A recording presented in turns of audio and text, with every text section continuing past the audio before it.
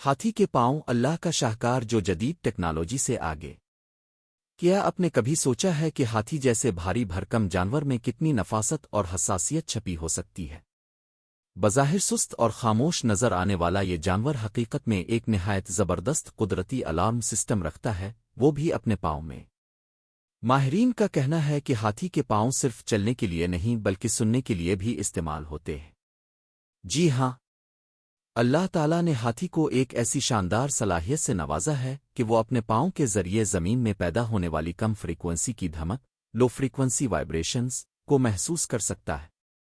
اس کے پاؤں کے نیچے موجود موٹے مگر نہایت حساس پیڈز ایسے خصوصی خلیات، سیلز رکھتے ہیں جو دھرتی کے نیچے ہونے والی سرگرمیوں کو بھی محسوس کر لیتے ہیں۔ یہ پیڈز 30 کلومیٹر تک کے فاصلے سے آنے والی وابرشن کو کیچ کرنے کی صلاحیت رکھتے ہیں۔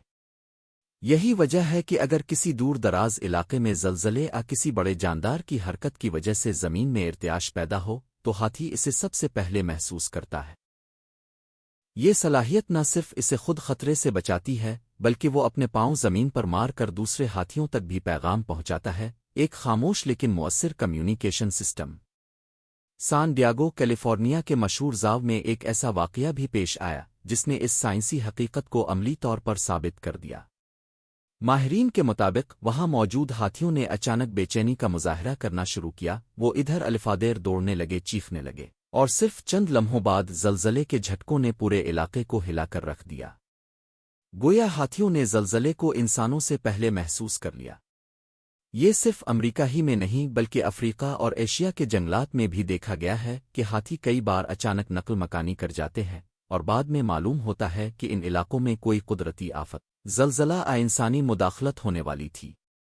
ان کی یہ صلاحیت سائنسدانوں کو اتنی حیران کن لگی کہ انہوں نے سیسمک کمیونیکیشن پر باقاعدہ تحقیق شروع کر دی، یعنی زمین کے ارتعاشات کے ذریعے جانوروں کی باہمی گفتگو۔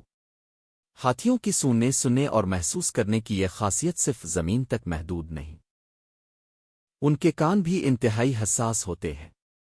یہ جانور انفراساؤنڈز یعنی وہ آوازیں جو انسان نہیں سن سکتے ایک دوسرے تک پہنچاتے ہیں اور ان کی مدد سے طویل فاصلوں پر بھی رابطہ رکھتے ہیں۔